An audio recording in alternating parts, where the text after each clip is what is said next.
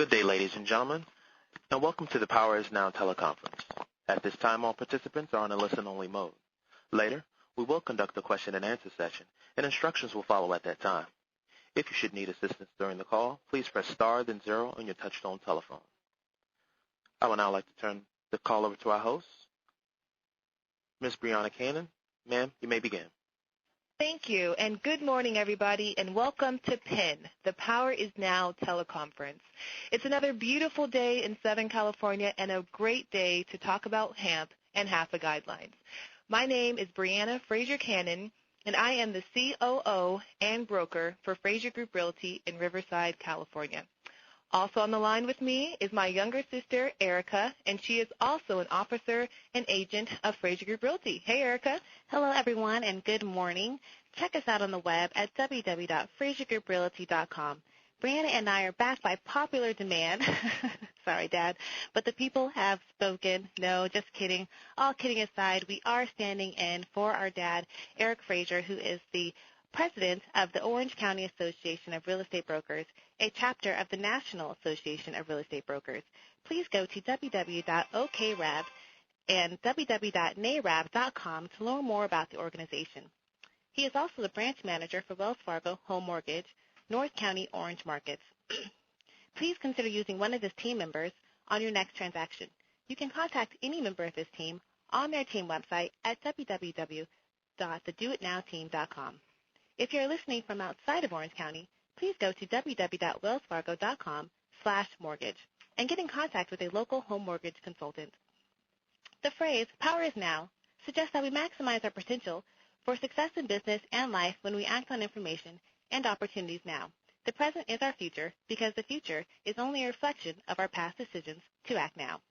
That's right. And just as a reminder to all of our listeners, this call is being recorded and will be available very soon on the Power is Now website. And that will be absolutely free. But for the time being, you can go to www.facebook.com/powerisnow and listen to recordings of past shows. Today's show will be posted online by Monday. And speaking of today's show, today on The Power is Now is Bob McManus. Let me tell you a little bit about Bob. Bob McManus has over 20 years of experience and leadership in real estate and mortgage financing. He has taught thousands of real estate agents how to become profitable in any market, how to meet their financial goals, and above all, do it with balance and integrity. Bob's strength is helping people in trouble. Finding the solutions to issues people are having in real estate comes naturally to him. He is known throughout the industry for getting the job done. He's been a speaker for various real estate conferences and expos throughout California and trains regularly at associations. Additionally, he has trained real estate agents and investors in Arizona, Nevada, Texas, and Florida. He's also been featured at Rob Kiyosaki's Rich Dad, Poor Dad Real Estate Investors Workshop, on the Neil Cavuto Show on Fox, on KABC Talk Radio, as well as other radio programs across the United States. Welcome, Bob, to the program. Thank you very much, Eric and Brianna. It's a pleasure to be with you. Such a pleasure to have you. So before we get into our topic, you were at the conference with Rob Kiyosaki. Mm-hmm. What was your role there? That was the role there. Robert Kiyosaki at the Richmond Poor Dad series does a series of financial workshops all related to real estate. The one in California, he had me there as the foreclosure and short sale specialist to teach the attendees all different walks of life, real estate agents, real estate brokers, investors, and just the general public out there, how to get in there and find good deals, how to find people that are in the pre-foreclosure process and help them, and how to get short sales approved at the bank. Right. So with teaching and training as your expertise, what made you want to get into this field of teaching and training real estate agents? Well, as you said in my bio, I've been a real estate agent since 1989. I got my broker's license on June 10th, 1994, and I also got married that year. And at that time, I owned a pretty sizable real estate franchise. And with having a lot of kids, I did not want to fall into the trap that I know so many real estate agents fall into of working 24 hours a day, 7 days a week. Right. And yet, as being a broker manager, that's exactly what I was doing. So I had to find a way to make a lot more money in a lot less time. What I found was a lot of the trainings that were out there, because I spend a lot of time, effort, and money on training, what I found was with all the trainings that were out there, I wasn't receiving anything that was real about transactions. Even in today's time, we get taught all about the technology, that, as I always say, the blackberries, the blueberries, the strawberries, and all this stuff. Right. But we're not taught how to put a transaction together. So much of what I learned before I really started to investigate it came from people that really didn't understand the transactions. What I learned was, especially in a short sale or somebody in the pre-foreclosure process, there's a lot of training out there even now on the quote-unquote proper way to put a transaction together. But the banks have a different idea. And what I learned several years ago was if I can learn what the bank wants, not what's on all the matrices and on all the certifications, but what the banks want, what they want to see in a file, what file makes sense and what file doesn't.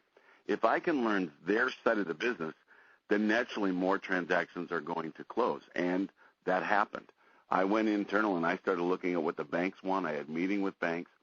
And all of a sudden, a lot of my own transactions that were short sales at the time started to close, and they started to close quickly, within 45 to 60 days. Some of them took a little bit longer, 90 days, but never want to go over that. Right. And as I was closing more and more, I had other agents, not only in my own office, but outside saying, how are you getting these done? And then, my educational career just grew from that. Okay. So I'm a very hands-on, very out in the street type of broker trainer. I see. Okay, that's great. And so are you still currently practicing real estate? Do you work in an office? Yeah, I practice on my own now. I have my own office that I have. I help a lot of agents outside. I have a coaching program and everything else. But I'm still very active in the real estate market. Over the last 15 months, I've been involved in a little bit over more than 500 short sale approvals, of which probably 65 to 70 were ours. But I'm very, very active in the market. I believe that in order to be an effective trainer, you have to be in the street knowing what's taking place on a daily basis. Otherwise, you're training on old information. Very true. So you've done lots of short sales. That's what you do a lot of your training on. Yeah. Is it too late for people who aren't yet doing short sales or who have been unsuccessful with them? Is it too late for them to get into the short sale game and kind of take into that business?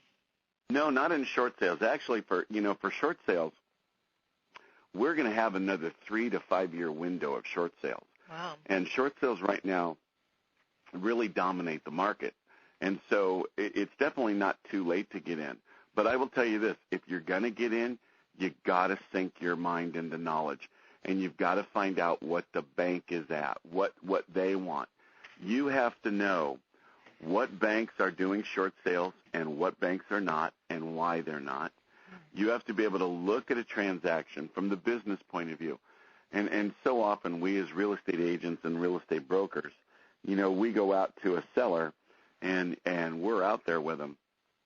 And we hear the story and our hearts go out to them and we want to help them. Mm-hmm. But the bottom line is not enough short sales are closing. Mm-hmm. And so what we have to do as real estate agents and brokers, if we're going to get in, it's not too late, but you have to be knowledgeable. Unfortunately, right now, there are a lot of agents that go out in the field, and they will take any short sale listing, no matter what the circumstance, no matter what the situation is. They don't even care if it closes or not, and that clogs up the system. Right. So the key thing is it's not too late to get now. I mean, we're just past the beginning of this short sale market. But if you are going to get in, you've got to get the right knowledge. Knowledge is key, to many walks of life. What's your opinion on REOs? Is it too late for agents to get involved there? No, REOs are actually, you're going to see a big increase. Right now there's the banks have stated that they have over 8 million properties in their shadow inventory. And in California, we have a lot of that 8 million. So there's definitely still time to get into the REO market. But again, you have to go and use the market intelligence. You have to find the banks that are giving out the REOs and get approved with them. And I always go by the term market intelligence. You have to find the bank. So, for instance, it's too late, in my opinion, to get into the game with the big banks and with the big servicers. They have already approved agents. They have people on their waiting list, and they actually have a waiting list to get on the waiting list. So I have no interest in going to the bigger banks to get that REO business. I see. I am going to go to the smaller banks, and I've got to get the right market intelligence. And those, you can be up and running as an REO agent within 60 to 90 days. But you have to understand the REO business. There's two very important parts. The first one is how to do a BPO, a broker price opinion, correctly. Now, Eric and Brianna, I run into real estate agents all the time that tell me, Bob, I'm very experienced in BPOs. I don't need to learn how to do them. And I always ask them the question, how many have you done? Mm-hmm. I've done over 100. How many listing assignments have you received? None. They are not experienced in doing a BPO because they're doing it wrong. And I'll tell you where they're doing it wrong. One of my big clients that I help is an asset manager down in Laguna Beach. Oddly enough, he cannot find in California qualified agents. Oh, wow. I was with him about 3 weeks ago, and there are literally file cabinets full of BPOs done incorrectly. And this is what's done. On page 2 of the BPO is an area for homeowners association and condo information. And what happens is if the real estate agent is doing a BPO on a single-family residence, well, of course, they leave the condo and homeowners association area blank. What they just did is they left an area of a contract blank.